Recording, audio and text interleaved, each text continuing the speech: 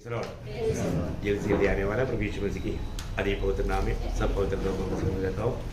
प्रभु की बढ़िया निकले है कि प्रभु ने इस जीवन की यात्रा में और भी एक दिन हमको दान दिया। प्रभु का पवित्र उपस्थिति में हमको लेकर आया और मिल करके गीतों के द्वारा प्रभु का महिमा करने के लिए प्रभु ने अवसर दिया। हमारे प्रभु ने कितना प्यार किया है ना, वो कैसा प्यार है। मसीह लोग सचमुच में प्रभु का प्यार पाया है और वो आखिरी तक उस प्यार में बना रहना चाहिए, है ना। उस प्यार से कभी भी हम मानव बाहर नहीं जाना, उससे बढ़ करके वो प्यार में होकर सारे काम करना कितना धन्य बात है। आज भी बहुत लोगों ने प्रभु को भी नहीं जाना और प्रभु का प्यार भी नहीं पाया, उसको चक्का नहीं। बहुत लोग अपने आप को मसीह कहलाता है परंतु मानव मसीह का थोड़ा भी गुण उसमें नहीं, है ना।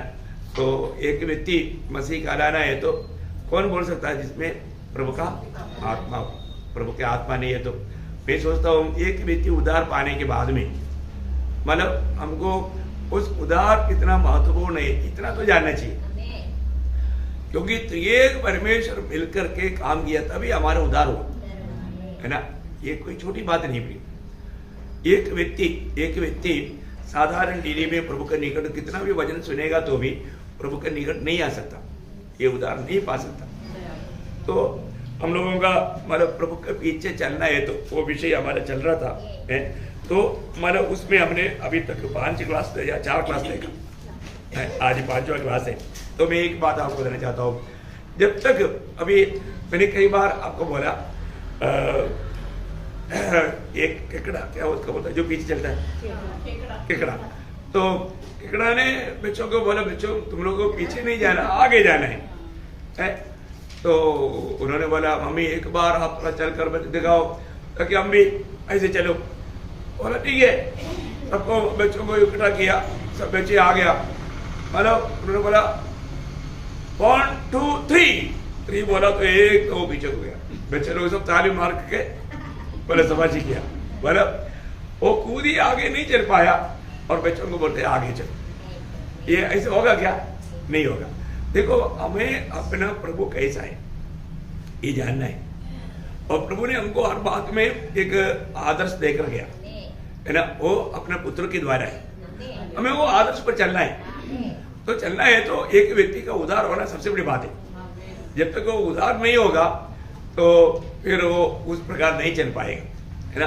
तो उद्धार हुआ है कि नहीं आपको अभी अपने को मालूम है कि मैं प्रभु के पीछे ना चल पाता, इसका कारण क्या है कि वो व्यक्ति का उद्धार ही नहीं हुआ। उद्धार हुआ व्यक्ति के लिए कोई दिक्कत नहीं पड़ी, क्योंकि ये सब आत्मा से होता है। और उद्धार पाने के लिए ना कम से कम उसमें 4 लोगों का भाग है, 4, एक त्रिएक परमेश्वर और एक प्रभु का दास।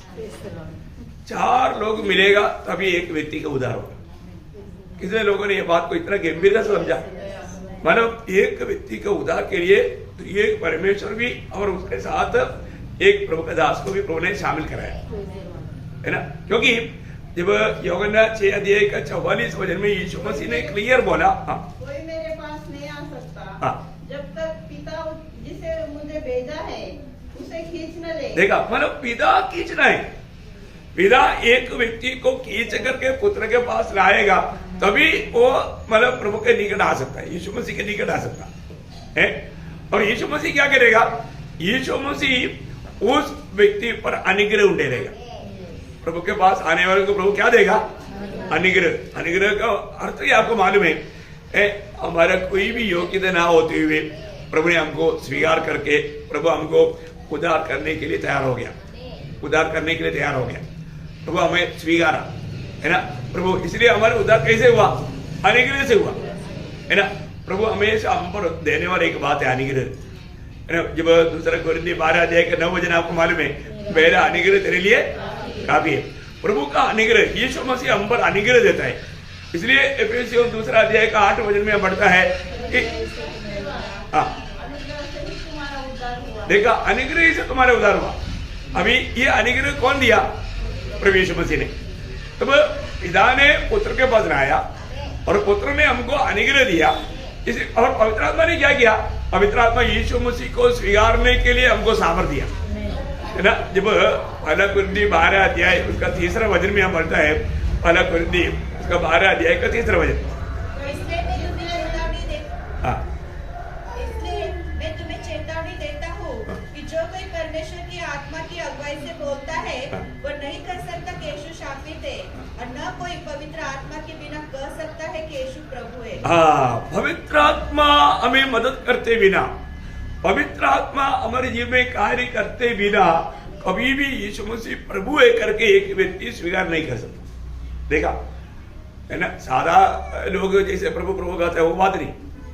एक व्यक्ति यीशु मसीह को प्रभु मान करके हमारा जीवन में स्वीकारना है तो पवित्र आत्मा उस व्यक्ति को सामर्थ्य देना चाहिए। पवित्र आत्मा वहां पर इस अवस्था में लाने के लिए आपको मालूम है, हमेशा ये वचन सुनने के टाइम पर भी पवित्र आत्मा वहां पर काम करता है। बहुत लोगों को मालूम नहीं है ना, लेकिन कई लोगों के साथ आत्मा का काम बंद हो गया।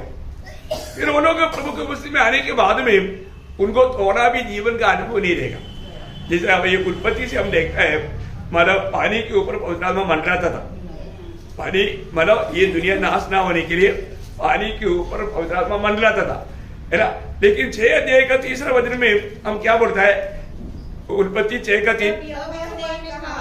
मेरा आत्मा मनुष्य से सदा लो वाद विवाद न करता रहे। हाँ देखा, मेरी आत्मा मनुष्य से सदा वाद विवाद नहीं करेगा। मतलब क्या है कि पवित्र आत्मा हमारे साथ वाद विवाद करता है। प्रियो, तू ऐसा मत कर, तू ये जो हमारा कार्य करता है अच्छा नहीं, ये तेरा काम को बिगाड़ देगा। देखो, पवित्र आत्मा हमको एक प्रकार बोलेगा तो हमें मतलब पाप करने के लिए रुकावट करता है। पवित्र आत्मा हमें रुकाता है, पवित्र आत्मा हमको समझाता है। अनेक जो लोग प्रभु में नहीं आया तो भी उनको भी प्रभु के आत्मा मतलब बुराई करने में रुकाता है। आज ये दुनिया के लोग और भी ज्यादा बुराई में गिरता, लेकिन पवित्र आत्मा उनको रुकाता है। पवित्र आत्मा उनका कामों को रुकाता है। उसका एक बड़ा सबूत है ना, उत्पत्ति में भी 20 अध्याय का 6 वचन में मानव अभिमेलेक पाप ना करने के लिए प्रभु ने वहां पर क्या किया, प्रभु मैंने तुझे रोक भी रखा कि मैं तुम्हें रोक के रहा तू मेरे विरुद्ध पाप ना कर। देखा, प्रभु के विरुद्ध पाप ना करने के लिए प्रभु लोगों को रुकाता है। आपको क्या लगता है कि आज ये दुनिया इससे भी भयंकर बनता, लेकिन ये ऐसा ना होने के लिए पवित्र आत्मा रुका था, क्योंकि पवित्र लोग यहाँ पर है, मंडली यहाँ पर है, इसी कारण पवित्र आत्मा इन बातों को रुकाता है। आपको याद होगा 2 थिस्सलुनीके में लिखा ना, 2 थिस्सलुनीके उसका 2रा अध्याय उसका 6-7 वचन पढ़ना। 2 थिस्सलुनीके 2रा अध्याय का 6-7। तुम उस वस्तु को जानते हो जो उसे अभी रोक रहा है कि वह अपने ही समय में प्रकट हो, क्योंकि अधर्म का भेद अभी कार्य करता जाता है, पर अभी एक रोकने वाला है, और जब तक वह दूर न हो जाए। देखा, अभी जब मतलब ये कौन है इस मसीह विरोधी को रुकाने वाला? अभी मसीह विरोधी आज दुनिया में जिंदा है। मैं आपको बोलता हूँ, अभी उस दुष्ट आत्मा वो हमारा मसीह विरोधी अभी जिंदा है, ठीक है ना। तो उसको प्रकट होने में कौन रुका रहा है? पवित्र आत्मा। क्योंकि जब मंडली उड़ा ले दिया जाएगा, क्योंकि अभी फिलहाल अभी मंडली यहाँ पर है, प्रभु के लोग यहाँ पर है, तब तक ये पवित्र आत्मा उनको रुकाते रहेगा, वो उसको प्रकट होने नहीं देगा और उसका मतलब भयानक काम होने नहीं देगा। अभी इसलिए ये दुनिया के लिए हम नमक है।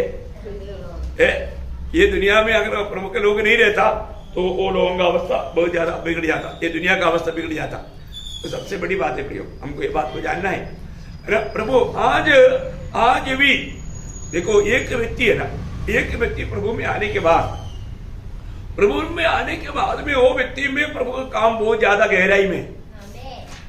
एक प्रभु का जन्म को हम बहुत आसानी से समझ सकता है, क्योंकि प्रभु का जन्म में प्रभु की आत्मा हमेशा रहता है। जब यूहन्ना 14 अध्याय का 16 वचन,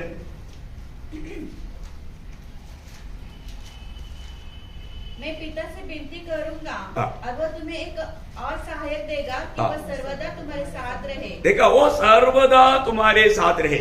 देखिए, प्रभु नया जन्म पाया हुआ अनेक लोगों के साथ सर्वदा प्रभु की आत्मा साथ में। आप देखो जब यहाँ पर प्रभु की आत्मा है वहां पर त्रिएक परमेश्वर है, वो बता देंगे, आपको सबको मालूम है। तो सबसे बड़ी बात क्या है कि मानो एक उदार पाया हुआ जन को ये बात को जानना चाहिए, मेरे साथ पवित्र आत्मा है या परमेश्वर है। पवित्र आत्मा परमेश्वर सिर्फ नहीं, पिता भी है, पुत्र भी है, पवित्र आत्मा त्रिएक परमेश्वर साथ है। आप देखो मतलब क्योंकि प्रभु ने वचन दिया, वायदा दिया, जब यूहन्ना 14 अध्याय का 23 वचन, यूहन्ना उत्तर दिया, यदि कोई मुझसे प्रेम रखेगा तो वह मेरे वचन को मानेगा और मेरा पिता उससे प्रेम रखेगा और हम उसके पास आएंगे और उसके साथ वास करेंगे। देखा, इसका मतलब तीनों हो गया, तीनों हो गया। मतलब प्रभु का बात कौन मानेगा? इसमें प्रभु की आत्मा है, प्रभु की आत्मा पाया हुआ लोग ही प्रभु का बात मानेगा, क्योंकि मानने के लिए भी हमको सामर्थ्य प्रभु की आत्मा से मिलता है। अभी बहुत खास बात मैं आपको बताना चाहता हूं, एक उदार पाया हुआ एक जन का ये खूबी क्या मालूम है, ये पवित्र आत्मा उनके साथ रह करके उनको हमेशा भाव अगर होता है तो उसका वो चैन से नहीं रह पाएगा। ये बड़ी बात है। एक उदार पाए हुआ जन, छोटा हो बड़ा हो, कोई भी प्रकार का पाप करता है तो वो पाप करने के बाद में वो आराम से या चैन से वो रह नहीं पाएगा, क्योंकि जब यूहन्ना उसका 16 अध्याय का 8 वचन, वह आकर संसार को पाप और धार्मिकता और न्याय के विषय में निरुत्तर करेगा। देखिए पहली बात मतलब ये आत्मा संसार को भी ये बात देता है, तभी तो हमारा वास्तव में उद्धार भी हुआ। हम जब सुसमाचार सुना उस समय में मानव हम कितना बड़ा पापी था, वो पाप के बारे में वास्तव में कौन हमको ये समझ दिया? पवित्र आत्मा। एक व्यक्ति में आत्मा का काम नहीं होता है तो वो व्यक्ति में सच्चा पछताव या मन फिरावट होता ही नहीं, क्योंकि प्रभु का दया है, हमको मन फिरावट सिखाता है। तो हमारा जीवन में एक मन फिरावट का अनुभव आने के लिए और एक सच्चा पवित्र मतलब नया जन्म का अनुभव होने के लिए हमको ये त्रिएक परमेश्वर का काम चाहिए। जब यीशु मसीह हमारे ऊपर अनुग्रह देता है तो पवित्र आत्मा हमें यीशु मसीह को ग्रहण करने के लिए मानव सामर्थ्य देता। तुरंत साथ ही साथ जब एफिसियों उसका 1 अध्याय का 13-14 वचन, एफिसियों उसका 1 अध्याय का 13-14 वचन, उसी में तुम पर भी जब तुमने सत्य का वचन सुना जो तुम्हारे उद्धार का सुसमाचार है। देखा, तुम्हारा उद्धार का सुसमाचार, ये सत्य वचन है। क्या है? सत्य वचन है। आप देखना, बहुत गौर देना भी, आपने जब सत्य वचन का ये सुसमाचार जो तुम्हारा उद्धार का कारण बनता है जब सुना, और जिस पर तुमने विश्वास किया, प्रभु यीशु मसीह पर तूने विश्वास किया, प्रतिज्ञा किए हुए पवित्र आत्मा की छाप लगी। देखा, उस समय में पवित्र आत्मा हमको क्या करता? छाप भी कर देता, छाप भी कर देता। तो कितना बड़ी बात है। पिता हमको आकर्षित करता, पुत्र के पास आ गया, पुत्र हम पर दया करता या अनुग्रह देता, और पवित्र आत्मा हमें कबूली करने के लिए सामर्थ्य देता, तब जाकर के हम प्रभु यीशु मसीह को अपना प्रभु मान करके उद्धारकर्ता ग्रहण करता है। त्रिएक परमेश्वर। और इसके लिए एक व्यक्ति ने हमको सुसमाचार सुनाया जो प्रभु ने भेजा हुआ, जो हम रोमियो 10 अध्याय का 13 से 15 तक पढ़ता है ना। बिना सुने भी विश्वास कौन करेगा? विश्वास करते हुए कौन पुकारेगा? पुकारते बिना किसका उद्धार होगा? भेजे बिना कौन सुनाएगा? इसका मतलब प्रभु ने भेजा हुआ प्रभु का जन हमें क्या किया? सत्य सुसमाचार सुनाया। प्रभु का सुसमाचार क्या है? सत्य है। ये सत्य वचन हमें सुनाया, और उस सत्य वचन को हमें ग्रहण करने के लिए, वचन ग्रहण करेगा तो उसमें आत्मा है, जीवन है, तो प्रभु का आत्मा, प्रभु का जीवन उसमें कार्य करने लगता है, उसका नया जन्म हो जाता। प्रियो, नया जन्म पाया हुआ लोग अपने इस छोटा सा जीवन में कितना सावधान रहना चाहिए। आज बहुत लोगों का जीवन मतलब उन लोग अपना ज्ञान के अनुसार, अभी आपको मालूम है मतलब महात्मा गांधी एक महान पुरुष था, बहुत अच्छा बातें बोला है ना। उसको एक बार साधु सुदर्शन ने पूछा था क्या आपको सच्चाई मिला क्या?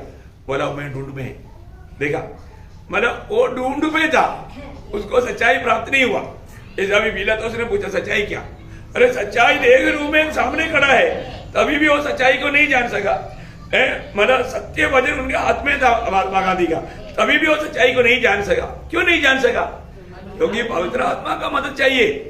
प्रियो, ये दुनिया का कोई भी महान व्यक्ति अपनी ज्ञान से, अपनी परिश्रम से उद्धार नहीं पा सकता, प्रभु को नहीं जान सकता, है ना। ये सारे बातों के हम लोग कितना धन्य लोग हैं प्रिय, मामूली हम लोगों के पास कौन सा मतलब एजुकेशन। अगर आप सोचो जो मतलब बीए पास हुआ उसको उधार मिलेगा, ऐसा है तो कितने लोग बीए पास हुआ भाई, नंबर ही नहीं आता। आप बोलो ना, नहीं तो बोलेगा 1 करोड़ रुपया लाएगा तो उधार मिलेगा। किसी कौन दे सकता है वो 1 करोड़ रुपया? कोई नहीं, हमको किसी को नहीं मिलता है। परंतु प्रियो, प्रभु ने हमें उद्धार मुफ्त में किया, और मुफ्त में दिया, मुफ्त में दिया, इसलिए उसका दाम नहीं ऐसे ही क्या नहीं है ना प्रियो, भयंकर दाम है। असंभव मनुष्य से सारा दुनिया के सारे लोगों को मिलेगा तो भी एक आदमी का उद्धार नहीं कर सकता। इतना मूल्यवान उद्धार, फिर भी उद्धार का शायद गौरव ना जाने कारण, है ना, वे लोग उद्धार के मार्ग में नहीं चलता। प्रियो, सच्चा उद्धार पाए वो लोग ये वेद को जानना हमारे जीवन में एक सच्चा मसीह जीवन बिता पा रहे हैं क्या, ये बात को जानना। अगर हम इस बात को नहीं जानेगा, देखो अभी हमारे बीच में कौन है? प्रभु यीशु मसीह है। क्योंकि प्रभु के मंदिर में हम इकट्ठा है, ये बिल्डिंग नहीं मंदिर। आज 2 मंदिर है, आज 2 मंदिर है। एक हम इंडिविजुअल एक मंदिर है ना, इंडिविजुअल एक मंदिर है, क्योंकि इंडिविजुअल में हर एक व्यक्ति में प्रभु रहता है। तो अब हमारा कोरिन्थियों 6 अध्याय 3 अध्याय का 16 वचन, क्या तुम नहीं जानते कि तुम परमेश्वर का मंदिर हो? देखा, तुम मतलब परमेश्वर का मंदिर है। पहली बात हम हर एक व्यक्ति प्रभु का मंदिर है। जब इकट्ठा होता है तब प्रभु उनका बीच में रहता, प्रभु रहने वाला मंदिर बन जाता। 2 या 3 जन मेरे नाम पर जहां प्रभु रहते तो मैं उनका बीच में रहता। तो इस प्रकार संगति में प्रभु का वो मंदिर बन जाता, प्रभु वहां पर रहता। ऐसा तो सबसे बड़ी बात क्या है कि हम लोग प्रभु के उपस्थिति में आने के बाद भी बहुत लोग प्रभु का उपस्थिति को नहीं पहचान पाते, क्योंकि वो आत्मा में नहीं रहते। आत्मा में रहेगा तभी वो बात को समझेगा। मैं कहां पर आया है, मैं प्रभु की उपस्थिति में आया, उसका गौरव हम, और मैं क्या सुनता हूं, प्रभु का वचन। अभी आपको सबको मालूम है, जब कॉर्नेलियस का भवन में पत्रोस पहुंचा, उस समय में कॉर्नेलियस पत्रोस को क्या बोल रहा है? पत्रोस को आया अच्छा हो गया, अभी तुमको जो कुछ मालूम है हमको बताओ, ऐसा बोला? नहीं बोला, है ना। उसका 10 अध्याय का 33 है। तब मैंने तुरंत तेरे पास लोग भेजे, अब तूने भला किया कि आ गया। अब हम सब यहाँ परमेश्वर के सामने हैं, ताकि जो कुछ परमेश्वर तुझसे कहा है, देखा, जो कुछ परमेश्वर तुझसे कहा है, हाँ, कौन सा वचन है? 33 है। हाँ, मतलब प्रेरितों का 10 अध्याय का 33 वचन। पर आप लोगों को मालूम है, फिर भी मैं आपको याद दिलाया। उसका मतलब क्या है कि हम लोग कभी भी इकट्ठा होता है तो हम प्रभु की उपस्थिति में प्रभु का वचन सुनने के लिए इकट्ठा होता है ना। प्रभु की उपस्थिति में प्रभु का वचन सुनने के लिए अगर इच्छा है, हम कैसे होना चाहिए? हम आत्मा में रहना चाहिए, आत्मा में रहना चाहिए। अगर आत्मा में नहीं रहेगा तो अगर हम शरीर में रहेगा तो क्या होगा? वो वचन नहीं समझेगा। शरीर में रहने वाला व्यक्ति, जब इसलिए जब पहला कोरिन्थी 2 अध्याय का 14 वचन में क्या लिखा? परंतु शारीरिक मनुष्य परमेश्वर के आत्मा की बातें ग्रहण नहीं करता, क्योंकि वे उसकी दृष्टि में मूर्खता की बातें हैं, और न वह उन्हें जान सकता है, क्योंकि उसकी जांच आत्मिक रीति से होती है। प्रियो, अगर आप आत्मा में रह करके नहीं सुनेगा तो ये आत्मिक बातों को नहीं समझ पाएगा। एक शारीरिक व्यक्ति, यहाँ पर एक्चुअली वो बोला हुआ शब्द उधार नहीं पाया लोगों के बारे में, लेकिन जो व्यक्ति आत्मा का अधीन नहीं रहता वो व्यक्ति भी प्रभु की बातों को वो नहीं समझ सकता। अभी जैसे अभी जो लोग अभी तक उधार नहीं पाया, उन लोगों को समझने के लिए प्रभु मदद करता है, प्रभु का आत्मा मदद करता है, लेकिन उसको उतना प्रभु का भय चाहिए, प्रभु का भय चाहिए, प्रभु को सुनने के लिए कान चाहिए, उसके लिए एक दिल चाहिए, तब प्रभु जरूर काम करेगा।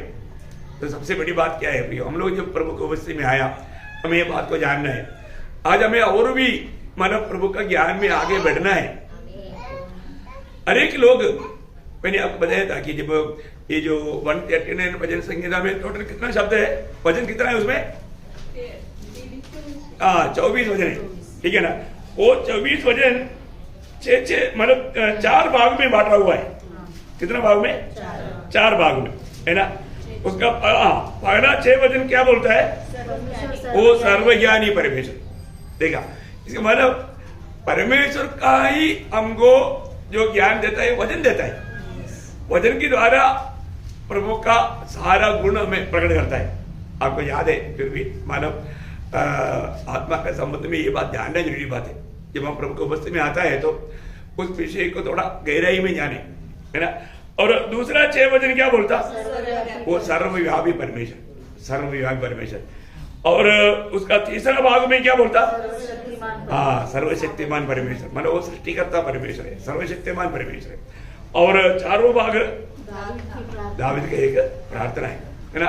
वो प्रार्थना में एक बात मैं आपको बताना चाहता हूँ, मानो दावीद के खूबी क्या मालूम है, जब उसका 21 वचन पढ़ना, क्या मैं तेरे बैरियों से बैर न रखूं? देखा, परमेश्वर की वैरियों से हमें भी वैर करना।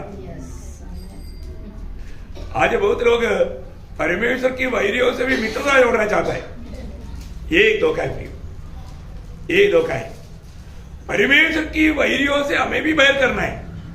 और आगे, और तेरे विरोधियों से रूठ ना जाऊं। देखो कितना एक बड़ा सवाल है। आप लोग, आपका बाइबल में मिला, आप लोग देखना प्रिय।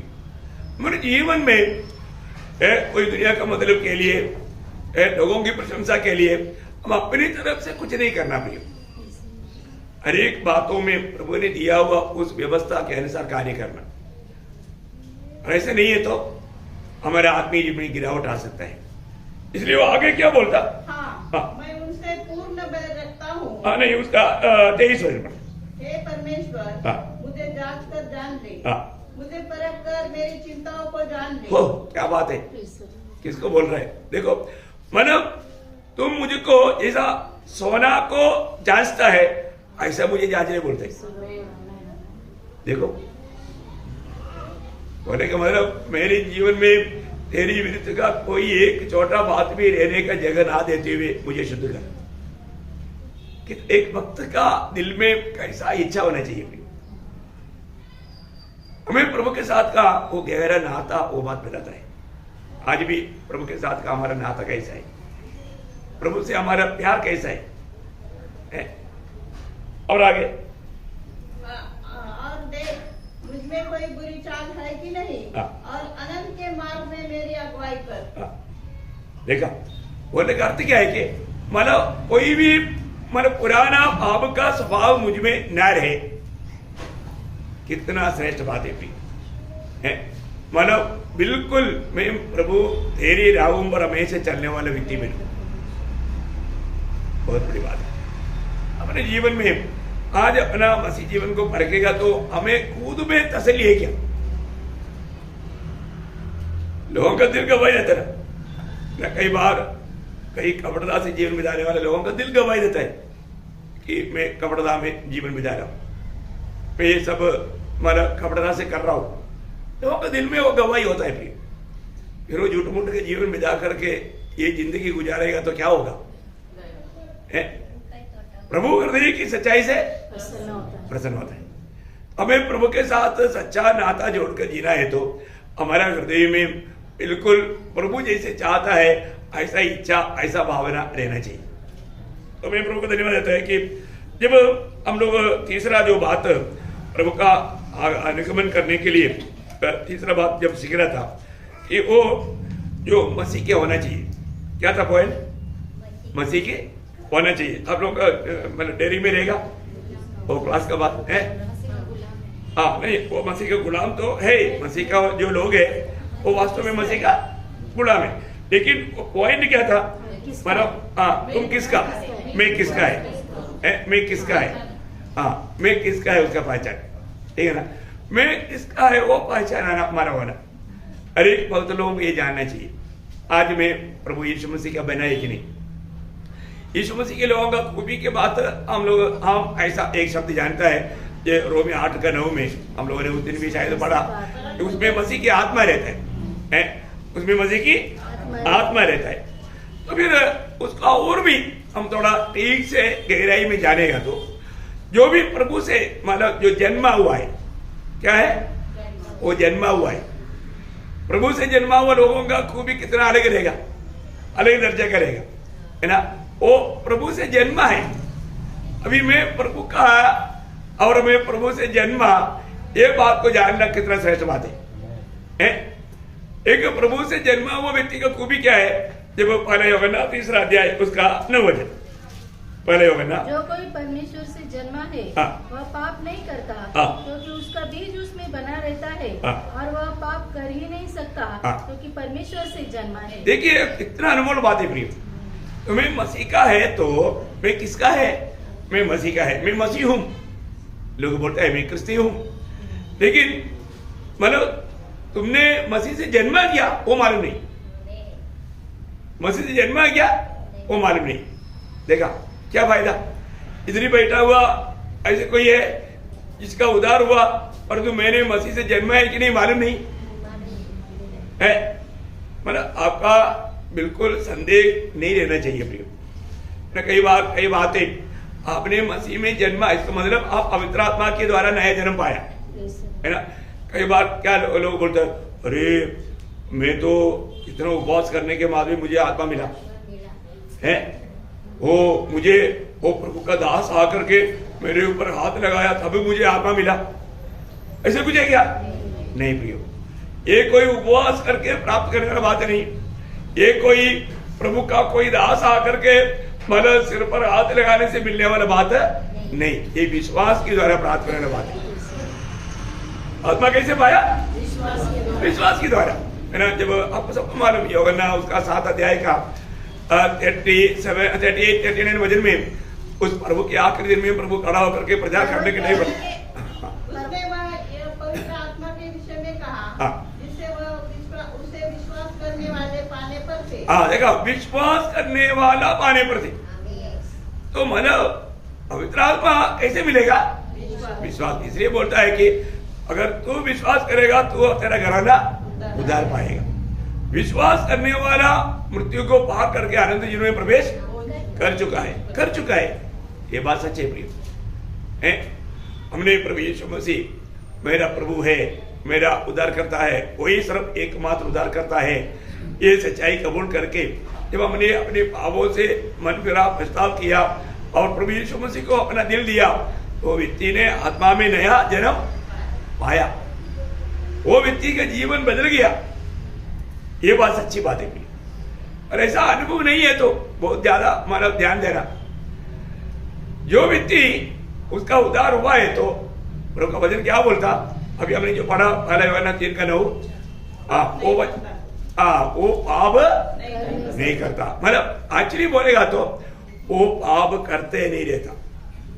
बोलेगा ना, हमारे जीवन में पाप होता है लेकिन पाप करते नहीं रहता। और ऐसे नहीं है कि हम प्रभु में आ गए तो हमारे में कोई गलती नहीं आएगा। ये दुनिया में कोई भी ऐसा सिद्ध नहीं बन सकता। जीवन में कमी आएगा, गलती आएगा, लेकिन हमारे तुरंत पवित्र आत्मा क्या बोलेगा, तूने पाप किया, तुरंत हम क्या करेगा, कबूल करेगा। देखो ध्यान देना वचन पर। देखो मैं आपको बोलता हूँ, आप लोग कई बार वचन को ध्यान नहीं देना, वो वचन वापस आता है, ठीक है ना। इसलिए आप लोग थोड़ा ध्यान दे दो। आप लोग इधर उधर मत ध्यान करो ना। तो आने वाला आएगा, सुनने वाला सुनेगा, लेकिन अपना हमारा प्रभु को उपस्थिति में भी होकर के अपन पाप करते रहेगा तो अपना ध्यान इधर उधर हो जाएगा तो धोखा हो जाएगा आपको। मतलब आप प्रभु को निंदा करता है, एक प्रकार प्रभु को तुच्छ करता है। अभी हम प्रभु की उपस्थिति में प्रभु का भाई के साथ बैठना, और हमें दिल की गहराई से प्रार्थना होना चाहिए, प्रभु आप मुझसे बोल, मुझसे बोल प्रभु, मेरे को और भी तुझ में आगे बढ़ना है। ऐसा एक हमेशा हर एक लोगों का दिल में होना चाहिए। और प्रभु दिल की भावना, इच्छा को जानता है। है ना। आज बहुत लोग उस इच्छा से आकर के बैठते ही नहीं, उनका जीवन में दूसरे को मतलब खुशी करने के लिए, तसल्ली देने के लिए, या किसी का मजबूरी में आया, ऐसा नहीं। ऐसे लोगों से प्रभु बात नहीं करता भाई। हमारे अंदर वो भूख प्यास चाहिए। तो यहाँ पर विषय क्या है कि जो व्यक्ति नया जन्म पाया है वो व्यक्ति पाप करते नहीं रहता। यदि पाप हो गया वो तुरंत पवित्र आत्मा उसको याद दिलाएगा, पवित्र आत्मा को मत बुझाओ, पवित्र आत्मा को शोकित ना करो। ये बात क्या है, प्रभु हमारा गलती पवित्र आत्मा हमको जिताने के बाद भी वो व्यक्ति उस पर गौरव ने नहीं लिया, उसको सीरियसली नहीं लिया, उसको तुच्छ कर दिया, वो पाप कबूल करके मन फिरा नहीं। देखो ऐसा अवस्था भी हो सकता है। तब क्या होता, फिर वो पाप में पहले भी हमने बोला पवित्र आत्मा हमेशा वाद विवाद नहीं करता। आज बहुत लोगों में क्या हो गया ना, सच्ची बात है, बहुत लोग प्रभु के आत्मा को शोकित करते करते, पवित्र आत्मा को बुझाते बुझाते, अभी पवित्र आत्मा कितना भी बड़ा गलती करेगा तो भी बात नहीं करता। देखा है, बात नहीं करता। अभी आप मुझे सुनने वाले आप लोग सोचो, कितने दिन हो गया पवित्र आत्मा आपसे बात करते हुए? बात कर रहा है क्या, या एक ऐसा एक नाटक करके चल रहा है? धोखा मत कहोगी। ऐसा कुछ बात हो गया तो मैं आपको बोलता हूं, अभी टूट फूट कर रो करके मानो प्रभु के साथ मेल खाओ और प्रभु का आत्मा से सुनने वाला अवस्था में रहो। बहुत जरूरी बात है। बहुत लोग, इस कारण क्या है कि बहुत लोग मानो उनका जीवन में उनको मानो चलना चाहता है तो भी चल नहीं पाता, क्योंकि उन्होंने मानो प्रभु का आत्मा को शोकित किया है। उनका जीवन एक हार हो जाएगा, एक हार हो जाएगा। न कई लोगों को अपन जा करके पवित्र आत्मा का अगुवाई से कई बात समझाता है, लेकिन फिर भी उनमें थोड़ा भी बदलाव नहीं होता। क्यों नहीं होता मालूम है? वो व्यक्ति में प्रभु का आत्मा का काम बंद हो गया। ये बात का सबूत हो गया। और अभी जैसे प्रभु दास ने याद दिलाया, मतलब लूका 18:8 में, जो प्रभु का आगमन के समय में विश्वास पाएगा, बोले का मतलब सच्चा विश्वास में चलने वाला, या प्रभु जिसमें जीने वाला, या मतलब प्रभु का कार्य जिसके द्वारा होता है, ऐसा लोग मिलना मुश्किल हो जाएगा। देखो ये तो प्रभु ने बोला वो बातें हैं, वो शब्दों को थोड़ा हम लोग समझना भी। हम लोग कैसा समय में हैं? बहुत बार वो वचन पढ़िए शायद, मैं तुमसे सच कहता हूँ कि वो तुरंत उनका न्याय चुकाएगा। तो भी मनुष्य का पुत्र जब आएगा तो क्या पृथ्वी पर विश्वास पाएगा? देखा इसका मतलब क्या है कि प्रियो, पहली बात विश्वास त्याग होने वाला एक समय लेगा। विश्वास में जीने वाला अर्थ भी लोग नहीं जानता, विश्वास में चलने वाला अवस्था के बारे में लोग नहीं जानता है। एक सच्चा विश्वासी है कि नहीं, ये बात को परखता नहीं। प्रियो, विश्वास में चलने वाला बिल्कुल पवित्र आत्मा का अगुवाई से चलता है। पर जो लोगों को पवित्र आत्मा का अगुवाई मिलता ही नहीं है, विश्वास में लोग गिरते जा रहा है। क्यों? विश्वास में मजबूत बनने के लिए प्रभु का वचन सुनाया जाता है। वचन सुनने के समय में सोते रहेगा, वचन सुनने के समय में इधर उधर मानो ध्यान करते रहेगा, कैसे वो विश्वास में मजबूत बनेगा? देखा प्रियो, प्रभु का वचन सुनने के टाइम पर मैं इसलिए बोलता था, प्रभु को उपस्थिति में आने से पहले थोड़ा अच्छा आराम करके, ये शरीर को अच्छा मानो विश्राम दे करके बिल्कुल फ्रेश होकर के आने चाहिए। नहीं तो आप वचन सुनते रहेगा पर जो वचन आप समझेगा नहीं, आप आत्मा का अधीन रह नहीं पाता, और शरीर की बलहीनता इंसान को तोड़ देता है। शैतान उसका मानो उसको धोखा देता है वचन को। इसलिए बहुत लोग वचन सुनता है उसको समझता ही नहीं। हमें समझना चाहिए प्रिय, समझना चाहिए। आज कितना दिन हो गया लोग मन फिरते हुए, कितने दिन हो गया, क्योंकि प्रभु की आत्मा अभी वाद विवाद करना छोड़ दिया। प्रियो, एक सच्चा जन जब भी प्रभु को उपस्थिति में आता है, घुटना टेकता है या वचन सुनता है, उस समय में प्रभु की आत्मा उसको उसका किया हुआ पाप का ज्ञान दिलाता है, ज्ञान दिलाता है। हमारे जीवन में व्यक्तिगत जीवन में प्रभु का प्रति उसकी जलन मन है कि नहीं है? प्रभु का कार्य करने के लिए प्रभु का वचन सुनने के समय में मैं आपको बार बार बोलना चाहता हूँ, ये वचन एक आईना है। आप पढ़ने के टाइम पर या वचन सुनने के टाइम पर अपना एक एक व्यक्तियों का असली रूप प्रभु दिखा रहा है। अरे जो हम लोग उस समय में हम कोई आंख बंद करके आईना देखता है क्या? तो आईना देखने का कोई मतलब नहीं। तो प्रभु की उपस्थिति में बैठने के टाइम पर हमें एकदम बहुत ध्यान से देखना है। हमारे जीवन की कमिटी जो प्रभु का आत्मा बताएगा तो वहां पर हमें नम्र करना है, वहां पर हमें काली करना है, वहां पर हमें टूटना है तुरंत, क्योंकि उस समय में प्रभु के आत्मा हमसे बात कर रहा है और वो अच्छा समय हमें नम्र करने के लिए। इसलिए अलायोना 3:9 में अभी हमने पढ़ा, कोई एक प्रभु का जन है तो वो पाप करते नहीं रहता, वो पाप करते नहीं रहता, क्योंकि जो भी गलती हुआ तुरंत पवित्र आत्मा याद ही रहता और वो मन फिरता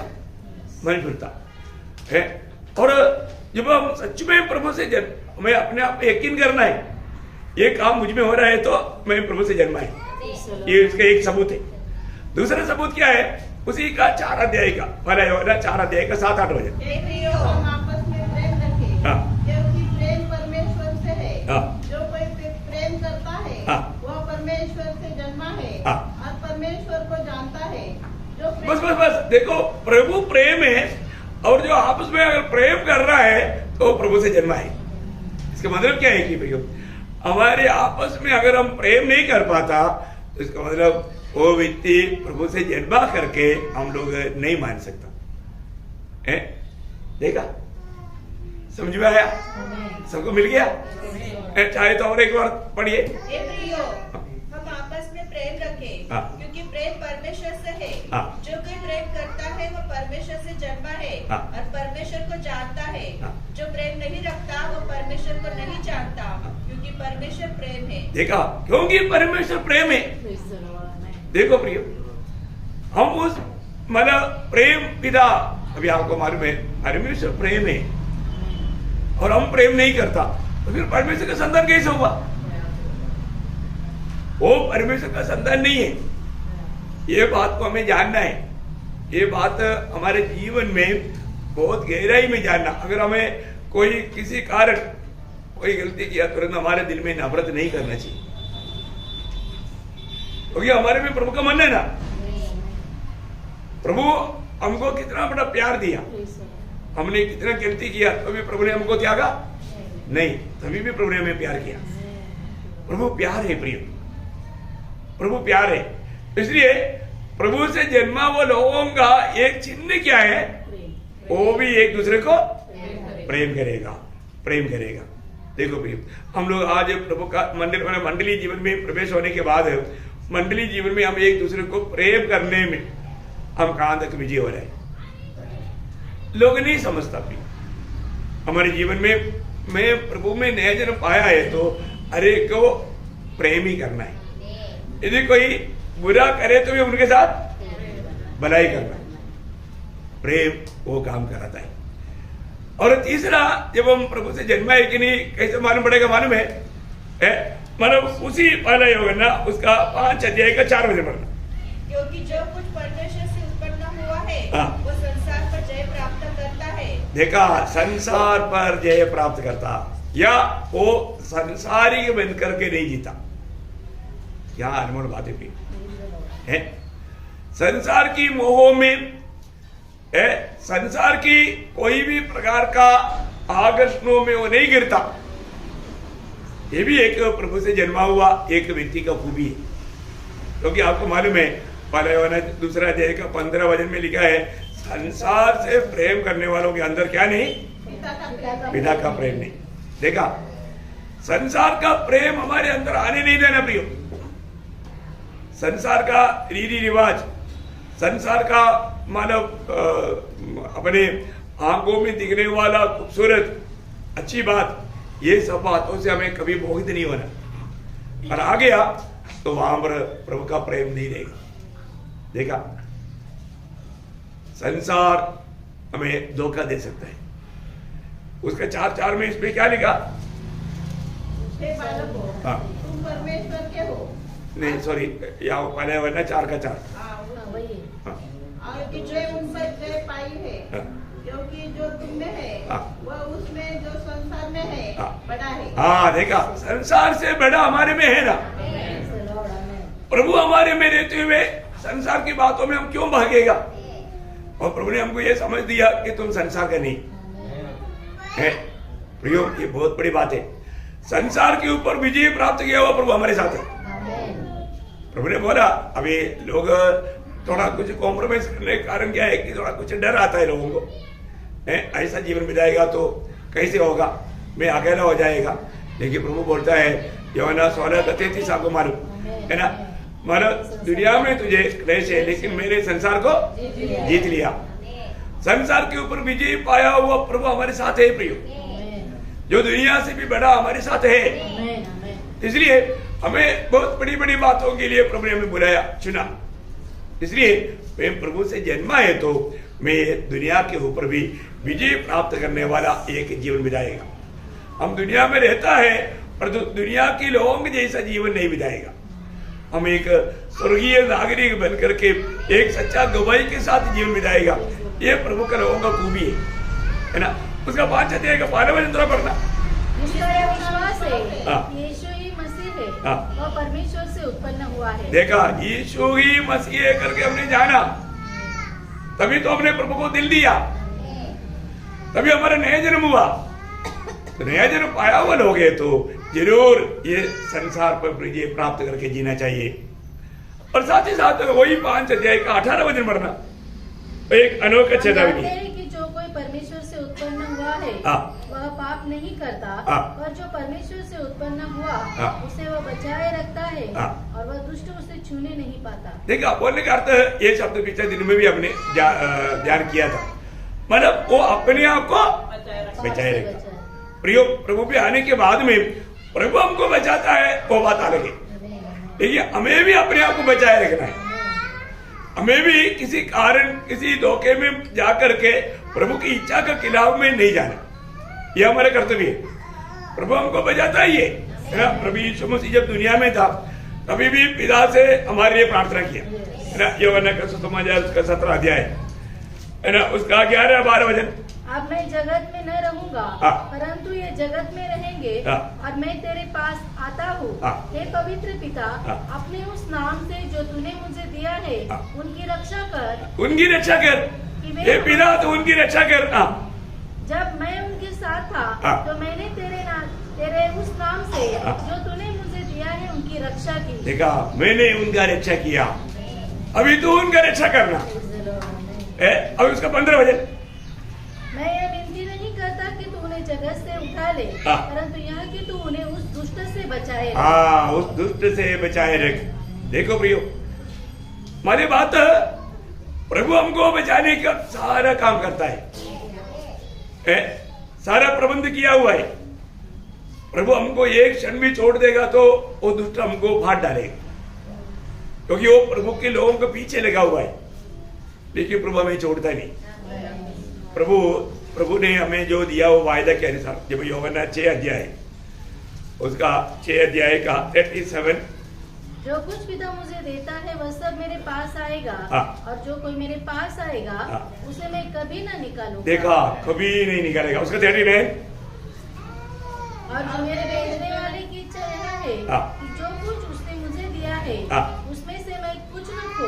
उसमें से मैं कुछ भी ना खो, मैं उसमें से एक को भी खोने नहीं देगा। प्रियो, हमको आज अगर आप ये प्रभु का वचन ध्यान से सुन करके, ये वचन सुनने के टाइम पर अगर आपके अंदर आनंद हो रहा है तो आत्मा आपसे काम बात कर रहा है। प्रभु हमें कभी भी खोने नहीं देगा, प्रभु हमें कभी नष्ट नहीं होने देगा। प्रभु में आए हुए लोग इतना सुरक्षित लोग हैं, हमें कुछ भी मानव चिंता करने की जरूरत नहीं, अनंतता के बारे में कोई टेंशन लेने की जरूरत नहीं, क्योंकि प्रभु ने हमें अनंत जीवन दिया है ना। और इतना ही नहीं, आज हम एक प्रकार प्रभु का हाथ में है, पिता का हाथ में है। प्रभु का दृष्टि में जब यूहन्ना 10 अध्याय का 28-29 वचन, मैं जीवन देता हूँ, हाँ। वे कभी नष्ट न होंगे, हाँ। और देखा, कोई भी उन्हें मेरी हाथ से छीन नहीं लेगा। कितना बड़ी बात है फिर। हाँ, आगे। मेरा पिता जिसने उन्हें मुझको दिया है हाँ, सबसे बड़ा है हाँ। और कोई उन्हें पिता के हाथ से छीन नहीं सकता। इसका मतलब हम पुत्र के हाथ में भी है, पिता के हाथ में है। अभी महान परमेश्वर के हाथ में, सर्वशक्तिमान परमेश्वर के हाथ में है। अभी आप सोचो, मैं किसके हाथ में है? ये बहुत बड़ी बात है प्रिय। हमें अपनी अवस्था को थोड़ा जानना। पहली बात, मैं कभी अकेला नहीं है, क्योंकि मैं कितना भी अंधेरा में रहेगा तो भी प्रभु को अंधेरे में दिखता नहीं। ऐसे है क्या? हमको अंधेरे में दिखता नहीं। मतलब जब वो 139 भजन संगीता उसका 12 भजन का आखिरी भाग,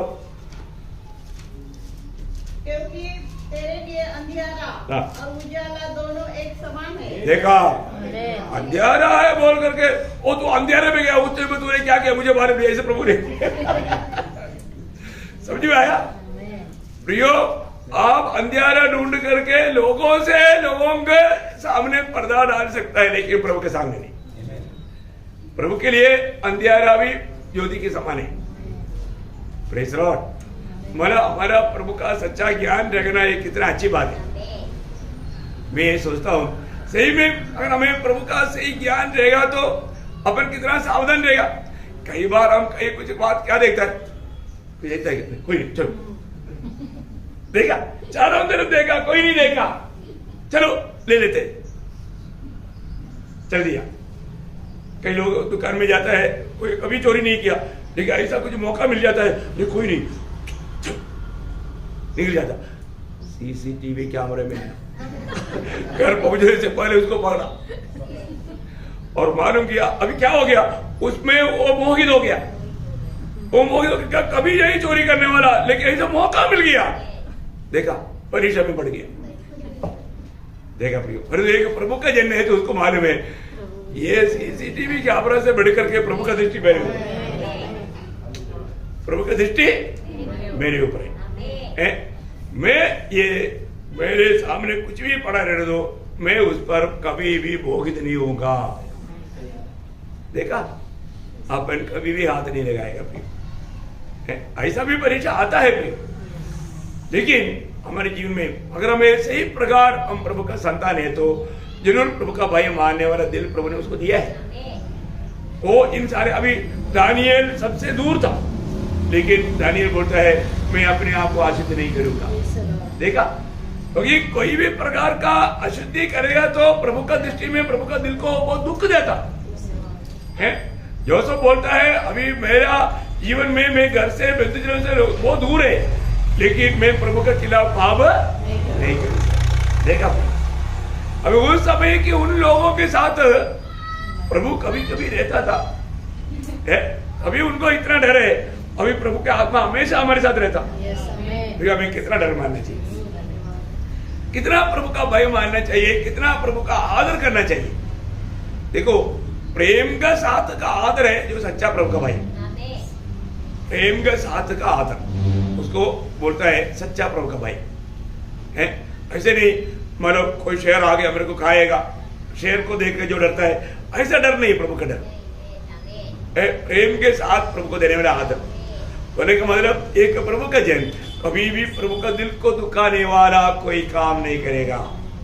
अभी हमारे जीवन में जब हम प्रभु की आत्मा में चलेगा तभी ये काम होगा। कितना अच्छा बात है प्रियो, हम लोग परखना चाहिए मेरे जीवन कैसा है। तो आज ये जीवन में मैं प्रभु का जन है तो इस जीवन में हमारा एक बहुत बड़ा कर्तव्य भविष्य के संबंध में क्या है, प्रभु के साथ रहकर कष्ट सहना। हमने ये बात को मतलब पिछले दिन में एक पढ़े पढ़ा था, दूसरा तिमोथी उसका दूसरा अध्याय उसका 11 वचन। यह बात सच है कि यदि हम उसके साथ मर गए हैं तो उसके साथ जिएंगे भी। यदि हम धीरज से सहते रहेंगे तो उसके साथ राज्य भी करेंगे। यदि हम उसका इनकार करेंगे तो वो भी हमारा इनकार करेगा। और यदि हम विश्वासी भी हो तो भी, यदि हम अविश्वासी भी हो तो भी वह विश्वास योग्य बना रहता है, क्योंकि वह अपने आप का इनकार नहीं कर सकता। बस बस देखो, यहाँ पर भी मानव खास करके प्रभु बोलता है यदि हम उसके साथ सगे इसका मतलब क्या है? मसीह जीवन में कुछ सहने वाला बात है प्रियो, कुछ तोड़ा जाने वाला बात है। शायद बहुत पवित्र लोग ये जो थोड़ा जाने वाले जीवन के बारे में बहुत कम जानते हैं। ये बात पे लोगों को बहुत प्रकाश कम है। देखो, हम लोग कोई भी काम करके या अच्छा काम करके उधार नहीं पाया, लेकिन अनंतता में हमें मिलने वाला प्रतिफल हमारे काम के ऊपर है। किसके ऊपर है? काम के ऊपर है। वो काम का बारे में यदि हमको ज्यादा अच्छा प्रकाश नहीं मिला तो वहां पर हम बड़े बड़े तोहफा और प्रतिफल नहीं पा सकेंगे। हर एक के काम के अनुसार प्रतिफल देने के लिए मेरे पास है ना, मतलब प्रकाश वाक्य 22 का 12 क्या बोला उसमें? हाँ, हर एक के काम के अनुसार बदला देने के लिए प्रतिफल मेरे पास है। इसका मतलब हमें जो प्रतिफल मिलने वाला है वो किसके ऊपर है? काम के ऊपर। मतलब जो लोग अभी इस जीवन में भी प्रभु का जीवन हमने पाया, वो जीवन प्रकट होना है तो हमें कष्ट सहना है। वो काम क्या है? प्रभु के लिए कष्ट। प्रभु के लिए कष्ट सहने के लिए अगर हम तैयार नहीं है, आज वो मार्ग लोगों को दिखता ही नहीं। वो मार्ग आ गया तो लोग बंद कर देते आंख, दूसरा अपना पसंद का मार्ग में जाता, विचार मार्ग। प्रियो, प्रभु का जीवन प्रकट करके अभी हम बोलता है कि मानव मसीह हमारे जीवन है। हमने प्रभु को पाया तो क्या पाया? जीवन पाया। तो हमको जीवन मिला, वो जीवन कब प्रकट होगा? मैं उस जीवन में जीता हूं करके कब प्रकट होगा? कष्ट का समय हमको बताएगा, है ना। इसके लिए प्रेरित पौलुस बोलता है ना, दूसरा कोरिन्थी, ये सब है ना प्रियो, आप लोग थोड़ा ठीक से जानना, क्योंकि मैं कई बार लोगों को सुना है कि मतलब प्रभु में आ गया तो अभी कोई अच्छा काम करने की जरूरत नहीं, अच्छा काम किया तो वो तो मतलब गलत हो गया, ऐसा ही क्या? अरे उन भले कामों के लिए हमको सिरजा भाई है। आप अभी भी आत्मा का उद्धार के बारे में बोलते रहेगा तो प्राण का उद्धार कब होगा? आप अभी वो आत्मा का उद्धार का संदेश सुनना बहुत मजेदार है, तो उसमें अपना कोई काम ही नहीं। सिर्फ विश्वास करो, विश्वास करो, विश्वास करो, फिर कुछ भी करो, खाओ पियो आइश करो, कुछ भी करो, कुछ भी करो। नो प्रियो, वो धोखा है, वो एक सही संदेश नहीं। प्रभु में आने के बाद हमने उद्धार पाया, इसके बाद में मैं किस रीति में प्रभु के लिए कष्ट सह करके प्रभु के नाम को मैं महिमा करूं, वो हमारा लक्ष्य रहना चाहिए।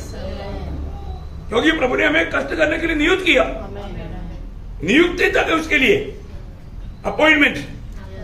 मतलब पहला थिस्सलुनीकियों 3 अध्याय का 3 वचन में लिखा, और जो वो मार्ग के बारे में बोलेगा तो संज्ञा कम हो जाएगा, संज्ञा कम हो जाएगा।